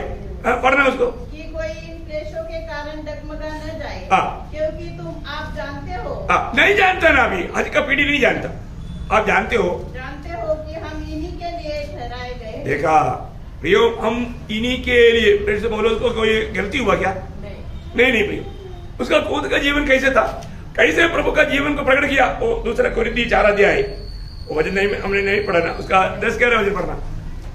यीशु की मृत्यु को अपनी देह में हर समय लिए फिरते हैं। अरे क्या बात करता है? यीशु को मृत्यु को हम अपने ऊपर क्यों लेना? हाँ, ये बात बहुत विश्वासियों को नहीं दिखा। प्रियो, यीशु मसीह की मृत्यु को जिसने अपने ऊपर लेने के लिए तैयार नहीं हुआ, वो मसीह के जीवन प्रकट करके जी नहीं सकता। अभी आगे बढ़िए। यीशु का जीवन भी हमारी देह में प्रकट हो। देखा, हमारे देह में कब यीशु मसीह के जीवन प्रकट होगा? यीशु की मृत्यु को हम अपने ऊपर ले। अभी आगे बढ़िए। क्योंकि हम जीते जी सर्वदा यीशु के कारण मृत्यु के हाथ में सौंपे जाते हैं। देखा, सर्वदा प्रियो, मसीह जीवन जीने वाला व्यक्ति का जीवन में ऐसा प्रतिकूल, ऐसा कष्ट, ऐसा अपना प्राण का हानि उड़ाने वाला अवस्था आएगा। किसके जीवन में? जो मसीह के लिए जी रहा है, सच्चा मसीह। झूठा मसीह की लोग झूठा वाला बात बोल के वो उसमें भी मजा लेकर के विशाल मार्ग में जा करके, लज्जित होने के मार्ग में जा करके फंसो मत, ध्यान दो प्रिय, नहीं तो प्रभु का दास तो बहुत गलत कर दिया प्रिय है। आप उसका हाथ न वजह भी पड़ना। हम चारों ओर से क्लेश तो भोगते हैं, पर संकट में नहीं पड़ते। देखा, क्लेश होता है तो भी क्लेश बोल के चिल्लाते नहीं रहता, समझे नहीं? प्रभु के लोगों को चारों तरफ से क्लेश होता है प्रियो। एक सच्चा मसीह जीवन बिताने वाले व्यक्ति का किसके जीवन में क्लेश नहीं? क्लेश इसलिए नहीं, आप मसीह जीवन का अर्थ नहीं जाना, आप जीवन के मार्ग में चले नहीं, इसलिए क्लेश नहीं। क्लेश है ना प्रियो, क्लेश है ना। साधारण दीदी में बहुत ऐसा जो शारीरिक लोगों से एक वक्त के जीवन में क्लेश आएगा, क्योंकि तो वो लोग भी सताएगा, वो लोग भी अपने दुश्मन बन जाएगा, वो लोगों से भी सता उठाएगा। और आगे पढ़ना। पर संकट में नहीं पड़ते, निरुपाय तो है पर निराश नहीं होते, सताए तो जाते हैं पर त्यागे नहीं जाते, गिराए तो जाते हैं पर नष्ट नहीं होते। हम यीशु की मृत्यु को अपनी देह में हर समय लिए फिरते हैं कि यीशु का जीवन भी हमारी देह से प्रकट हो। आगे, क्योंकि हम जीते जी सर्वदा यीशु के कारण, देखा, हम जीते ही सर्वदा यीशु के कारण मृत्यु के हाथ में सौंपे जाते हैं। ये बात है। बोले का अर्थ क्या है ना, एकदम एक दर्दनाक अनुभव में होकर के जीवन बिताना पड़ेगा तो भी, जैसे दाऊद ने बोला ना, मृत्यु की तराई में होकर चलूं तो भी मैं नहीं डरेगा। तो हमेशा एक मृत्यु की तराई में यात्रा करने वाला एक अनुभव भक्तों का जीवन में रहता है। अरे तो ऐसा कोई अनुभव लिया नहीं, आया ही नहीं, क्योंकि वो मार्ग में कभी गया ही नहीं। प्रियो, जरूर एक भक्त को कैसा मसीह जीवन बन करके जीना है उसका अर्थ जानना चाहिए। उसके लिए हमें अपने प्राण को भी अपने जानना पड़ेगा, है ना। उसी बात को जब पहला थिस्सलुनीकियों उसका दूसरा थिस्सलुनीकियों पहला अध्याय, दूसरा थिस्सलुनीकियों पहला अध्याय का 4-5 वचन पढ़ो। यहाँ तक भी हम आप परमेश्वर की कलीसिया में तुम्हारे विषय में घमंड करते हैं कि जितने उपद्रव और क्लेश तुम सहते हो। देखिए, कितनी उपद्रव और क्लेश थिस्सलुनीकियों मंडली के लोग सहते थे, उन सब में तुम्हारा धीरज और तुम्हारा विश्वास प्रकट होता है। यह परमेश्वर के सच्चे न्याय का स्पष्ट प्रमाण है कि तुम परमेश्वर के राज्य के योग्य ठहरो। देखा, तुम परमेश्वर की राज्य का योग्य ठहरो, जिसके लिए तुम दुख भी उठाते हो। देखा, देखिए, किसके लिए तुम दुख भी, प्रभु की खातिर इतना भी दुख। इसलिए थिस्सलुनीकियों मंडली एकदम एक बहुत बड़ा आदर्श का मंडली था, क्योंकि बहुत दुख में भी उन्होंने प्रभु को इनकारा नहीं, बहुत प्रभु के लिए जलन मन के साथ जीवन बिताया। प्रिय, अपने जीवन में वो एक व्यक्ति के जीवन में भी ऐसा दुख क्लेश आ सकता है, लेकिन उसमें हम प्रभु में विश्वास योग्य रहेंगे क्या, ये बात को परखना है। हर एक रोज हमें परखना है। प्रभु में आने के बाद में हम प्रभु के लिए जीता है तो प्रभु हमारे में जीना चाहिए ना। अभी हमारा बात क्या है ना, वो मैं पर अभी तक थोड़ा भी झुका नहीं, वो मैं पर अभी तक थोड़ा भी झुका नहीं। आपको मालूम है, इंग्लिश अक्षर में अच्छा है, आई है ना। वो आई थोड़ा झुक जाएगा तो सी बन जाएगा, सी मीन्स क्राइस्ट। आई झुक जाएगा तो सी हो जाएगा, क्राइस्ट हो जाएगा। और तो आई झुकता नहीं, मैं झुकता नहीं। लेकिन प्रभु का दास पौलुस कहता है कि गलातियों 2 अध्याय के 20 वचन, बहुत सुंदर वचन है। मैं मसीह के साथ क्रूस पर चढ़ाया गया हूँ, अब मैं जीवित न रहा। देखा, वो मैं अभी क्या हो गया, जीवित न रहा, झुक गया। क्या हो गया, झुक गया, क्राइस्ट बना। इसलिए बोलता है अभी मैं नहीं, मसीह मुझ में जी रहे। देखा, वो आई कट गया, आई झुक गया, अभी क्राइस्ट आ गया, मसीह मुझ में जी रहा है। प्रियो, यीशु मसीह हमारे में जीने का अर्थ बहुत गहरा है। जब यीशु मसीह दुनिया में जीने का समय के बारे में एक अनोखा शब्द है, आप लोग थोड़ा ध्यान देना। वो शब्द भजन संहिता उसका 22 अध्याय का 6 वचन, बहुत सुंदर बात है। भजन संहिता 22 अध्याय का 6 वचन। परंतु मैं तो कीड़ा हूँ। देखा, मनुष्य नहीं। मैं तो कीड़ा हूँ, मनुष्य नहीं। मनुष्य नहीं। देखा, मतलब प्रियो यीशु मसीह मनुष्य बन करके अपने आप को एक कीड़ा का रूप में छोटा किया। एक कीड़ा, ये एक्चुअली ये कीड़ा कैसे कीड़ा मालूम है? ये कीड़ा आप लोग ये मछली पकड़ने के लिए कांटा में एक जीवी, लंबा सा एक जीवी मतलब मिट्टी में चलता है, केचुआ, जो भी आप लोग समझिए ना, उसको आप जितना भी उसमें घुसाएगा फिर काटेगा, वो बेचारा तड़पता है, वो आपको नहीं काटेगा, वो कभी आपको नहीं काटेगा। और उसको पाँव से भी रोंदेगा तो वो तड़पेगा लेकिन आपको काटेगा नहीं। परंतु आप सांप को काटेगा, सांप को मारेगा तो हाँ वो पक्का काटेगा। कोई लोग बोलता है प्रभु मैं मनुष्य नहीं कीड़ा है, उसको छोटा बात आ गया तो सांप की नाई खड़ा होकर काटता है। देखा, इसका क्या हो गया? थोड़ा कुछ समस्या आने के टाइम पर मालूम पड़ता है कि वास्तव में वो कहां तक मसीह है। समझ में आ रहा है? प्रियो, यीशु मसीह अपने जीवन में जब दुनिया में मनुष्य की पाप के तले रोंदे जाने वाले अनुभव में भी यीशु मसीह चिल्लाए नहीं, विरोध नहीं किया। हम मनुष्य होकर के मनुष्य हमारा कुछ बात कहेगा तो अपन उनके साथ झगड़ने के लिए तैयार होता, उनको विरोध करता। हमारे लिए अच्छा बात बोलने वालों को भी अपन दुश्मन समझता। प्रियो, हमारा आत्मीय काम रहे, हमारा आत्मीय काम रहे। हमें एक आत्मीय नहीं क्या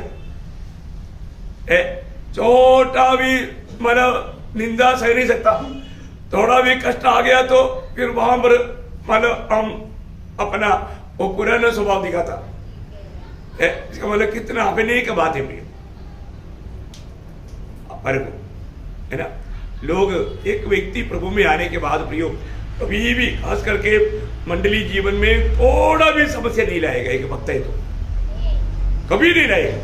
ऐसे लाने वाला एक्चुअली वो मतलब प्रभु में जीवन बिताने का अर्थ नहीं जाना, मसीह के साथ कष्ट सहने के लिए वो तैयार ही नहीं। और जो मसीह के साथ यहाँ पर हम कष्ट नहीं सकेगा तो प्रभु के साथ राज्य में भी वो नहीं कर सकता, नहीं कर सकता। हमें प्रभु ने उस अनंत राज्य में राजा होकर के हमें बुलाया, ये बात सच्चे है। लेकिन कौन राज करेगा? जो कष्ट सकेगा, है ना। अभी यहाँ वो कह रहे थे 2:20 वापस पढ़ना। मैं मसीह के साथ क्रूस पर चढ़ाया गया हूँ। अब मैं जीवित न रहा पर मसीह मुझ में जीवित है। और मैं शरीर में अब जो जीवित हूँ तो केवल उस विश्वास से जीवित हूँ जो परमेश्वर के पुत्र पर है, जिसने मुझसे प्रेम किया और मेरे लिए अपने आप को दे दिया। देखा, मतलब अपने लिए अपने आप को दिया हुआ उस प्रभु का प्रेम विवेश करके प्रेरित पौलुस हर रोज जीवन बिताते थे। इसलिए वो हिम्मत से बोला अब मैं नहीं, मसीह मुझ में जीवित है। प्रियो, मसीह मुझ में जीवित है तो तभी तो प्रभु का जीवन हम में प्रकट होगा। और वो जीवन प्रकट होने के लिए जो भी हमने थोड़ी देर पहले पढ़ा था ना, वापस एक बार पढ़ना हो 2 कोरिन्थी 4:10 क्या अनोखा वचन है प्रियो। हम यीशु की मृत्यु को अपनी देह में हर समय लिए फिरते हैं, यीशु का जीवन भी हमारी देह में प्रकट हो। देखा, हमारे जीवन में हमारा यीशु मसीह प्रकट हो, मसीह प्रकट होना, यीशु मसीह के जीवन प्रकट होने का अर्थ मसीह प्रकट होना। कितना बड़ी बात है। जब हम एक कष्ट की राहों पर चलते बिना कभी भी ये थोड़ा जाने वाला अनुभव, अगर मालूम है आज बहुत लोगों में यीशु मसीह आकर के भर नहीं पाता। क्यों नहीं भर पाता? क्योंकि वो नम्र होने के लिए तैयार नहीं। अगर मालूम है जब जल बहता है, जल ऊपर को जाता है नीचे आता है? नीचे आता है। प्रियो, प्रभु का अनुग्रह हमारे ऊपर भरना है तो हमें जितना नम्र होगा उतना अधिक भरपूरी होगा। प्रभु ने बहुत बार कहा हुआ शब्द है, प्रभु नम्र लोगों को अनुग्रह देता।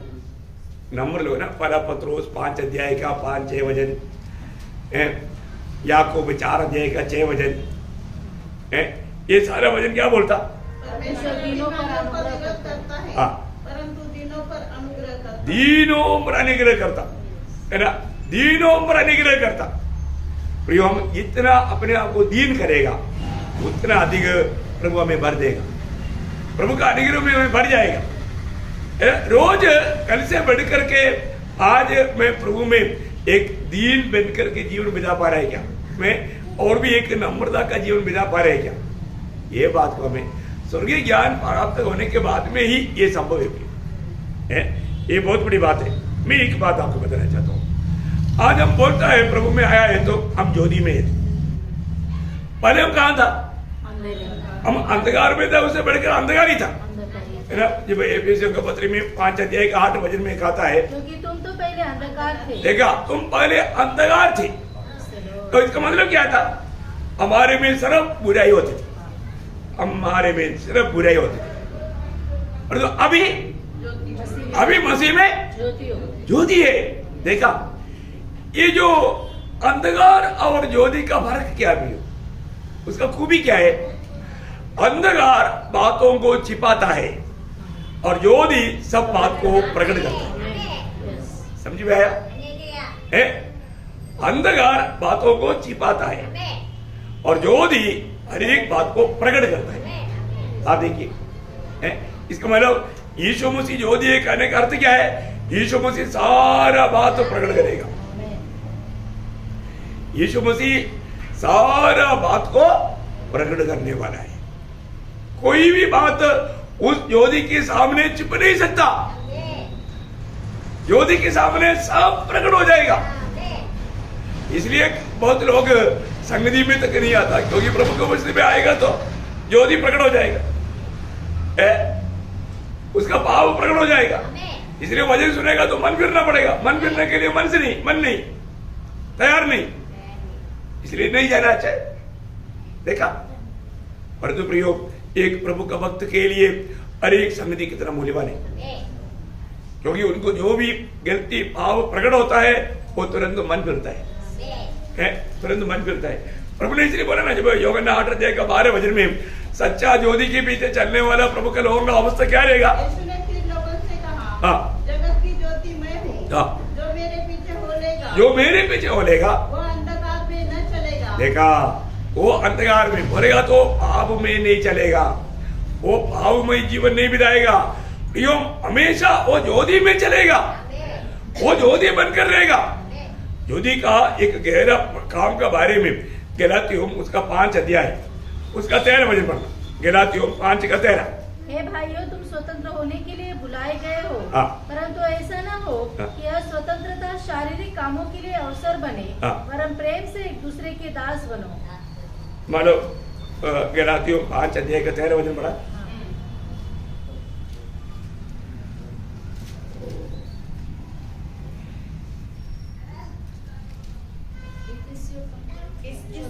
पर जिनके कामों पर उलाना दिया जाता है वे सब ज्योति से प्रकट होते हैं। वो है, वो कौन सा?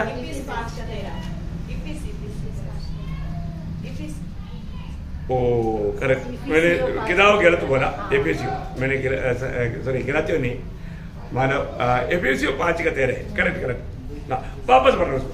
पर जितने कामों पर उलाना दिया जाता है वे सब ज्योति से प्रकट होते हैं। देखो, वे सब ज्योति से प्रकट होता है। देखा, क्योंकि जो सब कुछ को प्रकट करता है वह ज्योति है। देखा, मतलब इसका मतलब क्या है प्रियो, हमारा असली अवस्था ये वचन प्रकट करेगा, प्रभु प्रकट करेगा। प्रभु की उपस्थिति में आए हुआ हर एक लोगों का जीवन को जान करके प्रभु बात करेगा। इसलिए सच्चा संगति कई लोग चाहता नहीं है। लोग क्या बोलेगा, मेरे बारे में किसी ने प्रभु दास को बोला होगा, नहीं तो इतना क्लियर कैसे बोलेगा। देखा, अब बताओ, उनका गलती को उड़ा करके प्रभु की आत्मा वचन के द्वारा समझा रहा है, तभी भी उनको क्या लगता, कोई ना कोई प्रभु के दास को चुगली किया होगा, तभी तो इतना क्लियर आया। अरे प्रभु क्लियर जानता ना। अब बताओ, बहुत बार ऐसा कुछ लोगों ने ठोकर खाया है, इसलिए उनका दिल और कठोर हो गया, अपना गलती कबूल करके मन फिरने के लिए तैयार नहीं, अपना गलतियों में जीते हुए वो अपने आप को धर्मी शो करना चाहता है। कितना दुखदायी बात है, कितना दुखदायी बात है। देखो, प्रभु अगर हमारे साथ नहीं है तो हमें कहाँ विजय है ना। इसलिए आज मैं एक ज्योति की संतान होकर के जीवन बिताता है तो मैं एक ज्योति बनकर के ज्योति का काम कर पाता है क्या है? हम लोग ज्योति की संतान, प्रभु का संतान, अभी हमने थोड़ी देर पहले बोला परमेश्वर प्रेम है। परमेश्वर प्रेम है तो जो प्रेम करता है वो प्रभु का संतान। हमने देखा ना वहां पर पहले 4 का 7 8 है। परमेश्वर प्रेम है, प्रेम करने वाला प्रभु का बेटा है। अब यहाँ पर बोलता है परमेश्वर ज्योति है ना, परमेश्वर ज्योति है। जो ज्योति में रहता वो प्रभु का बेटा है। जो ज्योति में रहता, ज्योति का काम करता वो प्रभु का बेटा है। देखा कितना श्रेष्ठ। पहले ना पहला अध्याय के 5 हो जाए। जो समाचार हमने सुना है और तुम्हें सुनाते हैं वह यह है कि परमेश्वर ज्योति है। परमेश्वर ज्योति है और उसमें कोई भी अंधकार नहीं। हाँ, परमेश्वर ज्योति है। तो फिर जो मानव ज्योति बन जाता वो कौन है? प्रभु का बेटा, वो परमेश्वर का बेटा।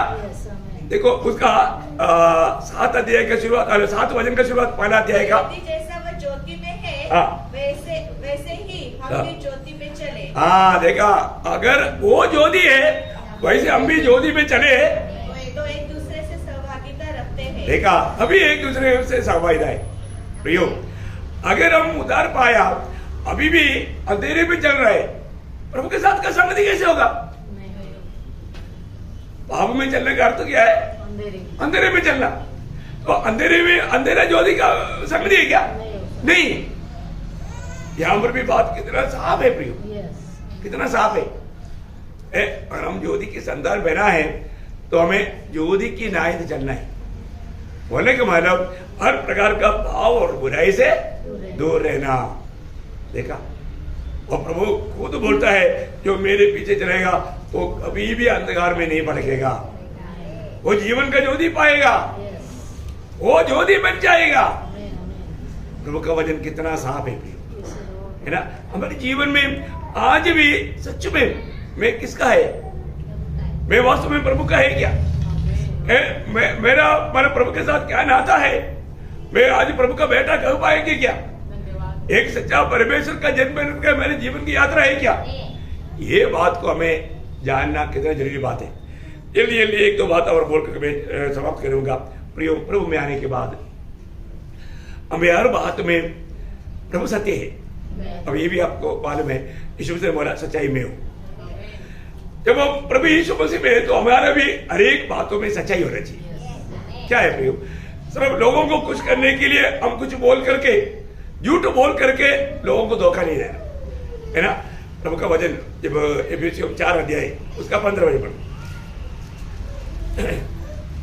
वरन प्रेम में सच्चाई से चलते हुए सब बातों में उसमें जो सिर है अर्थात मसीह में बढ़ते जाओ। देखिए अभी यहाँ पर विषय कितना गहरा था। तो और बात में हमें सच्चाई बोलना। क्या बोलना? सच्चाई। सच्चाई बोलते हुए मसीह में बढ़ना, क्योंकि सच्चाई नहीं बोलेगा तो बढ़ोतरी नहीं होगा, वो नाटा बन जाएगा। आज बहुत पवित्र लोगों के जीवन में आया वो बात क्या मालूम है? वो आत्मीय जीवन में बढ़ता नहीं। क्यों? क्योंकि बढ़ाने वाला कौन है? प्रभु है। पहला कुरिन्थी 3:6 में लिखा है। देखो, हम कैसा भी काम करेगा तो आत्मीय जीवन में बढ़ेगा नहीं, हम मसीह के रूप कभी नहीं बनेगा। प्रियो, सत्य बोलना, सत्य बोलना, सत्य बोलने वालों को प्रभु बढ़ाता है। ये वचन क्या बोलता? पढ़ रहे हो 3:6। मैंने लगाया, अपुल्लोस ने सींचा, परंतु परमेश्वर ने बढ़ाया। कौन बढ़ाया? परमेश्वर ने बढ़ाया। क्यों बढ़ाया? क्योंकि वो सच्चाई में, क्योंकि वो सच्चाई में। प्रियो, ये बहुत सुंदर बात है। हमारे जीवन में जीवन पाने के बाद में बढ़ने का मौका है, लेकिन कब बढ़ेगा? सच्चाई में बना रहेगा। तो ध्यान से सुनना, जीवन पाने के बाद में जहां जीवन है वहां पर बढ़ोतरी है। जीवन पाने के बाद में बढ़ोतरी पाने का मौका है, और तो अगर हम सच्चाई नहीं बोलेगा तो बढ़ेगा नहीं, और बढ़ेगा नहीं तो प्रभु इस्तेमाल भी नहीं करेगा, क्योंकि जो बढ़ता है उसको प्रभु इस्तेमाल करेगा। हमें ये बात, आज बहुत लोग प्रभु में आकर के कई साल हो गया और तू प्रभु इस्तेमाल नहीं कर पाता। क्यों नहीं कर पाता? क्योंकि बढ़ा नहीं। क्यों नहीं बढ़ा? क्योंकि सच नहीं बोलता। अभी भी झूठ है, अभी भी झूठ है, अभी भी धोखा है, लोगों को फंसाने वाला बात है। कितना बड़ा दुखदायक बात है प्रियो। इतना बड़ा उद्धार पाने के बाद में हमें कितना, हम सच्चाई में चलना चाहिए, सच्चाई हमारे कमरबंद होना चाहिए। हमें सच्चाई मन बना रहेगा तो बढ़ोतरी भी प्रभु देगा, और बढ़ोतरी नहीं होगा प्रभु इस्तेमाल नहीं करेगा। और आपको मालूम है, सच्चाई में बढ़ते बढ़ते आप क्या बनेगा? आप मसीह बनेगा। सच्चाई में बढ़ते बढ़ते आप मसीह बनेगा। देखिए, इसी कारण जब मंडली क्या है, मसीहों को उत्पन्न करने वाला फैक्ट्री है। सच्चा मंडली क्या है प्रियो? मसीह को उत्पन्न करने वाला फैक्ट्री। यहां से जो निकलेगा मसीह निकलेगा। एक मसीह, दो मसीह, तीन मसीह, मसीह मसीह मसीह, हर एक में मसीह दिखाई देगा। क्योंकि मंडली में सच्चा उपदेश मिलता, सत्य वचन मिलता। सत्य वचन पी करके आगे बढ़ने वाला वो मसीह का रूह बनता। प्रियो, इसलिए प्रभु का दास लोगों के अंदर बोझ दिया कि सच्चाई सिखा करके उनमें वो सच्चाई की सिर तक या मसीह की सिर तक बढ़ा करके लोगों को बाहर बहुत मसीहों को भेजो। जब गलातियों 4 अध्याय के 19 वचन बाहर प्रभु का दास बोझ के साथ जो बोलता है, पढ़िया। मेरे वालों को, जब तक तुमने मसीह का रूप न बन जाए, तब तक मैं तुम्हारे लिए फिर जच्चा की सी पीड़ाएं सहता हूँ। प्रियो, एक बात जानना, अनेक लोग सच्चा मसीह का रूप पाना ये एक एक सेवकों की इच्छा है। अनेक सेवक यही चाहता है अनेक लोग सच्चा मसीह बने। प्रियो, मसीह तैयार करने वाला कहती है मंडली। मसीह को, मसीह अनेक लोगों को मसीह के रूप लाने वाला कहती, वो है मंडली। Praise Lord. कितना श्रेष्ठ बात है। यहां से जो निकलेगा वो ओरिजिनल मसीह होना चाहिए। ओरिजिनल मसीह होना चाहिए। अनेक लोगों के अंदर एक बड़ा बोझ होना चाहिए, एक प्रार्थना होना चाहिए। क्या प्रार्थना करना है? प्रभु मुझको भी बढ़ोतरी दे। क्या बोलना? प्रभु मुझको भी बढ़ा दे। क्या, कैसा बढ़ाए? तेरे जैसा, मसीह के जैसा। मसीह के जैसा बढ़ने के लिए आज इधर बैठा हुआ कितने लोगों को सच्चा दिल से चाहते हैं। प्रियो, मैं एक बात आपको बताना चाहता हूँ, मतलब अनेक लोग अगर वो बढ़ोतरी पाएगा तो सेम मसीह के जैसा रहेगा। अभी योनान बढ़ेगा तो एकदम मोटे के जैसा रहेगा। अभी बहुत लोग मेरे बारे में बोलता है, आप तो बिल्कुल दाढ़ी के जैसा है। आप देखा, मैं जितना जितना बढ़ते जाता है, मेरा दिन बढ़ते, मेरा उम्र बढ़ते जा रहा है, लोग मुझे गवाही देता है और बिल्कुल दाढ़ी के जैसा है। और ये मेर्सी के बारे में मैं हमेशा गवाही देता हूँ, वो उसका मम्मी के जैसा है। आप उसका मम्मी को उसको देखो, दोनों एक जैसा। अभी बहन बहन बोलेगा, अभी तो प्रभु में चला गया हो, लेकिन एक तो उसका मानो उसी के जैसा, कोई फर्क नहीं। देखा है? इसका मतलब हम लोग जो भी मसीह में बढ़ रहा है वो कैसे बनेगा? मसीह के जैसा। हालेलुया। क्योंकि वो प्रभु से जन्मा है, उसका सच्चा उद्धार हुआ है। सच्चा उद्धार हुआ लोग प्रियो, वो दिन प्रतिदिन मसीह के जैसा बनते जाता है ना। मंडली मसीह को तैयार करने वाला प्रभु का खेती है ना। इस खेती से निकलने वाला सभी लोग सच्चा मसीह होना चाहिए। हमें अपने जीवन को परखना है प्रियो। मेरे जीवन में आज मैं उस प्रभु को, मसीह को प्रकट करने वाले दीदी में मेरा आत्मीय जीवन बढ़ रहा है कि नहीं? मेरा जीवन बढ़ रहा है कि नहीं ना? एफेसियों 4 अध्याय का 13 वचन भी पढ़ना। एफेसियों 4 अध्याय का 13 वचन। विश्वास और परमेश्वर की पुत्र की पहचान में एक न हो जाए और एक सिद्ध मनुष्य न बन जाए और मसीह के पूरे डील डोल तक न बढ़ जाए। देखा, मसीह के सारे डील डोल तक बढ़ना प्रियो। ओह, रोज हमें परखना है, हर बात में मसीह का सारे डील डोल तक बढ़ना। मतलब जैसा मसीह दिखता वैसा ही होना। Praise Lord. क्या सुंदर बात है ना हमारे जीवन में। और मैं मसीह का है तो दिन प्रतिदिन मैं मसीह जैसा बनना चाहिए। उसके लिए हमें दाम देना पड़ेगा। है। हमारे जीवन में यीशु मसीह ने दिया हुआ वो मार्ग में चलना पड़ेगा। है, प्रभु का मार्ग आज बहुत लोगों को अच्छा नहीं लगता। बहुत लोगों को मतलब यीशु मसीह अच्छा लगता है लेकिन क्रूस अच्छा नहीं लगता। मसीह का मार्ग क्रूस का मार्ग है। क्रूस का मार्ग है। क्रूस बिना मुकुट नहीं, क्रूस बिना मुकुट नहीं। ये बात जरूर जानना। कई लोग यीशु मसीह को अपना फायदा के लिए चाहता है, लेकिन फायदा निकल गया तो बस नहीं चाहता, फायदा मिल गया तो प्रभु नहीं चाहिए। लेकिन प्रियो मसीह जी में ऐसा नहीं, रोज हमें क्रूस लेकर चलना, तभी वो सच्चा मसीह के रूप बन सकता है। देखो एक बात मैं आपको बताना चाहता हूं, एक एक हमारे जीवन में आने वाला कष्ट क्लेश एक आमंत्रण पत्र है मसीह के जैसा बनने का। एक एक हमारे जीवन में आने वाला कष्ट दुख ये सब मसीह के जैसा बनने के लिए आमंत्रण पत्र है। बहुत लोगों ने वो नहीं जाना, पर प्रभु में ऐसा एक बुलाहट मिलता है तो उसको कभी त्यागना नहीं, कभी छोड़ना नहीं। प्रभु इन वचनों के द्वारा आप सबको बहुत आशीष दे, प्रभु को महिमा मिले।